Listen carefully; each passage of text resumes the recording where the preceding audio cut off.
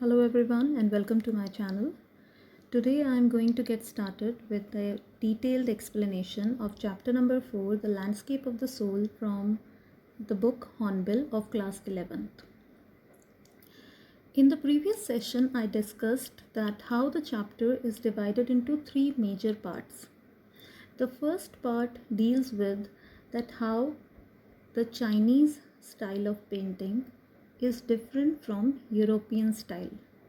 The second part is about the Taoism and specifically talks about the concept of Shanshui.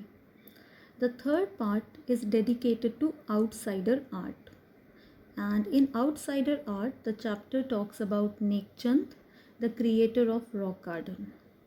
So these are the three major parts associated with the chapter.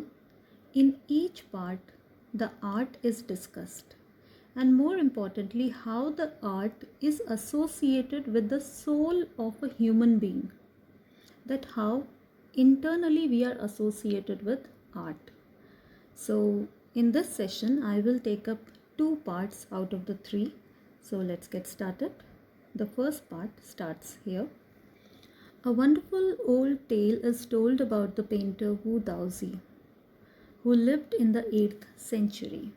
This is Wu Daozi. It's very old picture, and there is a legend associated with him, an anecdote.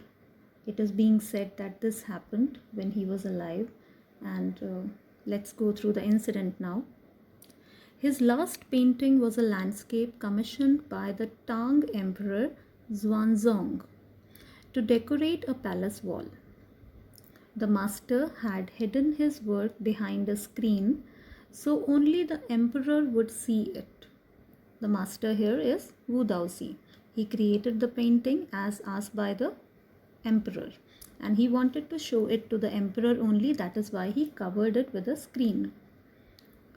For a long while, the emperor admired the wonderful scene, discovering forests, high mountains, waterfalls, clouds floating in an immense sky, men on hilly paths, birds in flight. So all that was depicted through that painting. "Look, sir," said the painter. "In this cave at the foot of the mountain dwells a spirit. Spirits are alive." So he said, the painter, that in this cave at the foot of the hill lives a spirit, an immortal being. The painter clapped his hands and the entrance to the cave opened. "The inside is splendid beyond anything words can convey. Please let me show your majesty the way." The painter entered the cave, but the entrance closed behind him, and before the astonished emperor could move or utter a word, the painting had vanished from the wall. Not a trace of Wu Daozi's brush was left, and the artist was never seen again in this world. And this is the legend associated with him, that when he created his last painting, while showing the painting to the emperor, he mentioned that in the cave dwells a spirit, an immortal being, someone who was alive for centuries. He clapped and the doors opened. He entered inside the cave. It meant that his painting was alive. His painting was spiritual. I mean, there was a spirit inside it. And immediately when he entered inside, the doors closed, the painting vanished, and so did the painter. And the emperor was completely struck. What has happened? This falls under the category of that anecdote. Now, such stories played an important part in China's classical education. The books of Confucius and Zhuangzi are full of them. These are the two famous Asian thinkers, Confucius on your right and Zhuangzi on your left. If you look up for the quotes said by Confucius, there are many, and they are so relevant. like the one here, all good things are difficult to achieve and all bad things are very easy to get. He was so right when he said that, and he is so right today too. So coming back, they help the master to guide his disciple in the right direction. Beyond the anecdote, they are deeply revealing of the spirit in. Now I'll take that later, but before that, the anecdote, that is, an anecdote is a short, amusing account of something that has happened. Pete was telling them an anecdote about their mother. So that has happened. It's not entirely a tale of fiction, but something that happened earlier. So, beyond the anecdote, they are deeply revealing the spirit of which art was considered. So, the painting by Wu Daozi was basically about the spirit of painting, that the painting is the mirror or the expression of what is inside, and it can show the world the way to something beyond our imagination. And that was presented by Wu Daozi. He presented something that was beyond the imagination. His painting was a spiritual one. His painting was alive, a real one. There was another example. Contrast this story or another famous one about a painter who wouldn't draw the eye of a dragon he had painted, for fear it would fly out of the painting. With an old story from my native Flanders that I find most representative of Western painting. So we will get to the Western painting, but there is one more tale associated with this particular thought, and it again falls in the Asian style of painting or art, that the painter made the dragon and he was not ready to make the eye. Why? Because the eye of the dragon, if he would make it, then the dragon would become alive and just fly off. So, why for the painter the eye was of so much importance? Because when you look at this painting also, the dragon is very furious. It is very long, it is very tall, it is very strong. And all the expressions of the dragon are clearly visible in the eyes. And once you remove the eyes, you can notice the difference. It loses that fierce attitude. You cannot guess what is going on inside the dragon, whether it is alive or not. Once you make the eye, everything becomes alive. When we look at somebody and talk to the person, it's usually the eye contact. So once you remove the eyes, the expressions are gone, the life is gone. So he was not ready to make the eye of the dragon, believing that if he would make the eye, the dragon will come to life. Then she talks about the European art. She belongs to Flanders. Flanders is an area in Belgium where Dutch speaking community is in abundance. So this is about the place Antwerp. In 15th century Antwerp, a master blacksmith called Quinton Metzges fell in love with a painter's daughter. So Quinton Metzges was a famous painter, but before that he was a blacksmith, and he loved a painter's daughter. And here we have Quinton Metzges on your left top. The father would not accept a son-in-law in such a profession, so Quinton sneaked into the painter's studio and painted a fly on his latest panel with such delicate realism that the master tried to swat it away before he realized what has happened. Quinton was immediately admitted as an apprentice into his studio. He married his beloved and went on to become one of the most famous painters of his age. So Quinton Metzges made a fly on one of the panels. The painting here is made on panels. So what he did, he made a fly on one of the blank panels, and the painter, the daughter's father obviously, when he saw the fly, he thought that it was a real one and he tried to swat away the fly. And then he realized that it was not a real one. It's just an imitation, but a really good one at that.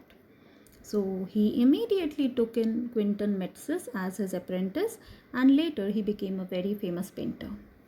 Now, these two stories illustrate what each form of art is trying to achieve: a perfect illusionistic likeness in Europe, the essence of inner life and spirit in Asia. So, when we talk about European art, European paintings, they are about illusionistic likeness. They create something that looks like the real one, like the imitation, but is not real. But when we talk about Chinese painting, they are filled with reality and life and spirit. That is the basic difference. On one hand, it's just an illusion, an imitation, but on the other hand, it is the real thing. It's elaborated now. In the Chinese story, the emperor commissions a painting and appreciates its outer appearance, but the artist reveals to him the true meaning of his work. The emperor may rule over the territory he has conquered, but only the artist knows the way within. Let me show the way. The Tao, a word that means both the path or the method, and the mysterious works of the universe. The painting is gone, but the artist has reached his goal beyond any material appearance. So the painting that could prove a lot was gone. The painter who could say a lot was gone too. But this vanishing act has brought out all the answers, because the painting was real, the concept associated with the painter was real, and he proved it after vanishing.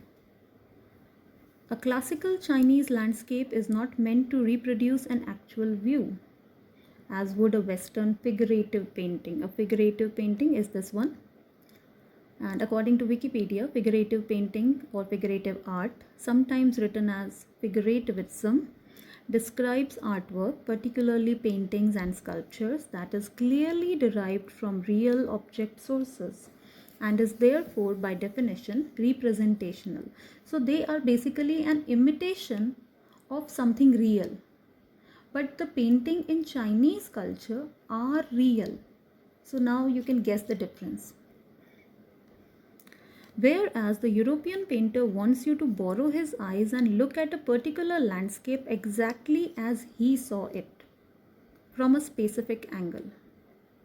So this is again a point of difference, that the European painter wants you to look at his painting from a particular viewpoint, maybe his viewpoint, so that you can understand his painting from his point of view, what he was trying to say. Now, the Chinese painter has a different take on this. The Chinese painter does not choose a single viewpoint. His landscape is not a real one, and you can enter it from any point, then travel in it. The artist creates a path for your eyes to travel up and down, then back again in a lazily movement. So the painting created by a Chinese artist is not a copy. It's basically a spiritual form, and it is open to all, and it is open from all the areas. You can enter in the painting from anywhere, roam around and exit. There are no limitations. This is even more true in the case of the horizontal scroll, in which the action of slowly opening one section of the painting, then rolling it up to move on to the other, adds a dimension of time which is unknown in any other form of painting. So this is like the Chinese painting. It's very wide, it's very open, it's very diverse. You can enter it from any viewpoint. You can roam around and exit as per your wish. There are no limitations of any sort. You don't have to borrow the eyes of the painter and look at the painting from his viewpoint. And this is the Chinese horizontal scroll painting. The scrolls are opened one by one, so the painting moves, and there is the element of time which is not associated with any other form. So all the dimensions are met. It's not 2D, but it's like 3D. Coming back to the text. It also requires the active participation of the viewer, who decides at what pace he will travel through the painting. A participation which is physical as well as mental. The Chinese painter does not want you to borrow his eyes, he wants you to enter his mind. The landscape is an inner one, a spiritual and conceptual space. The painter, the Chinese painter, wants you to understand what he is trying to say.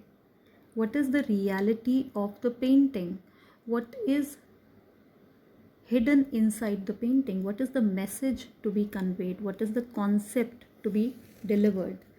And the European painter wants you to look at the painting from his viewpoint and see it through his eyes.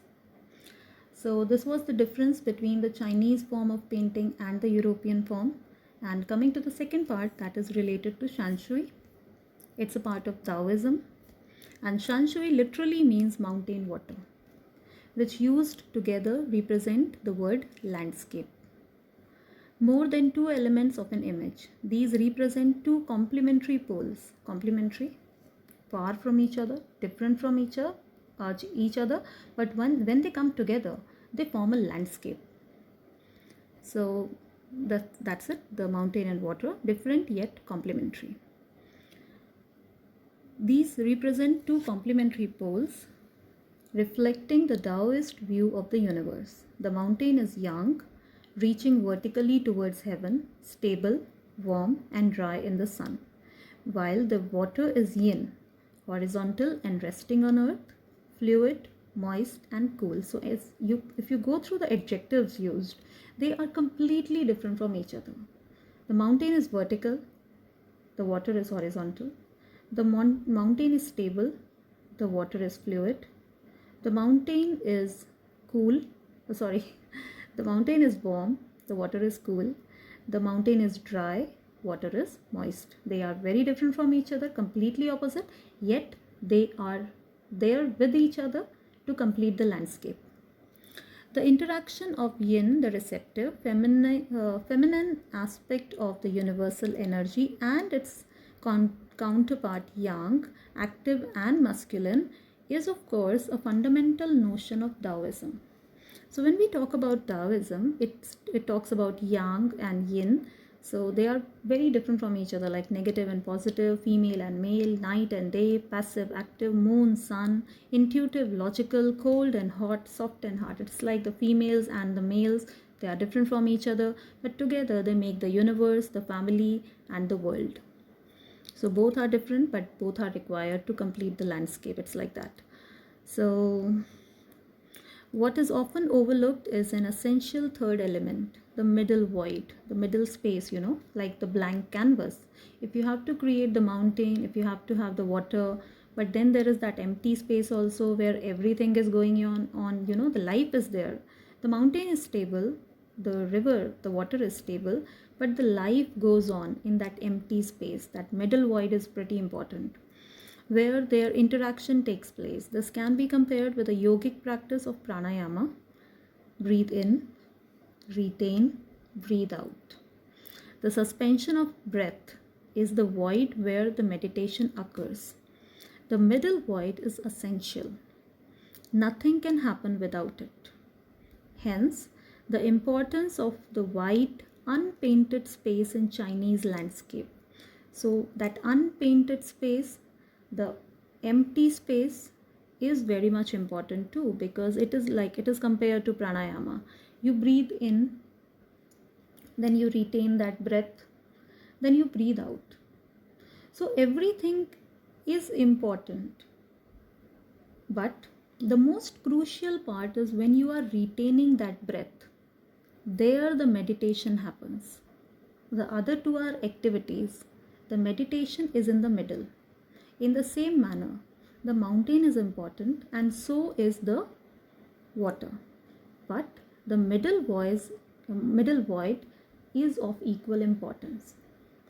This is also where man finds a fundamental role in that space between heaven and earth. See, heaven and earth are different from each other, very different from each other, and in the empty space between them, the life happens, and we are the major proportion of that life form. Well, he becomes the conduit of communication between both poles of the universe. His presence is essential, even if it's only suggested. Far from being lost or oppressed by the lofty peaks, he is, in Francois Cheng's wonderful expression, the eye of the landscape. So, the heaven, the wide, big heaven is there. It is beyond any limit, it is unlimited. The earth is there, it is stable, it is hard, it has all the types of forms associated with it. But in the middle, man is there, the one who is alive, the one who moves, the one who is important for both of them. Like the dragon is there, that huge dragon is there, but that small eye is the most important factor that plays the key role in the same manner. In heaven and earth, man plays the key role. So, this part was taken from the excerpt from Landscape of the Soul, Ethics and Spirituality in Chinese Painting. It's slightly edited. So, with this, I will close today's session. I covered two parts. Hope you have understood it. Do remember that what are the points of differences between Chinese painting and European painting. Then the concept of Shan Shui, there are three elements associated. You should know the characteristic features of all three of them. So with this, let's close it for now, and we will meet in the next session that will be associated with outsider art. Thank you.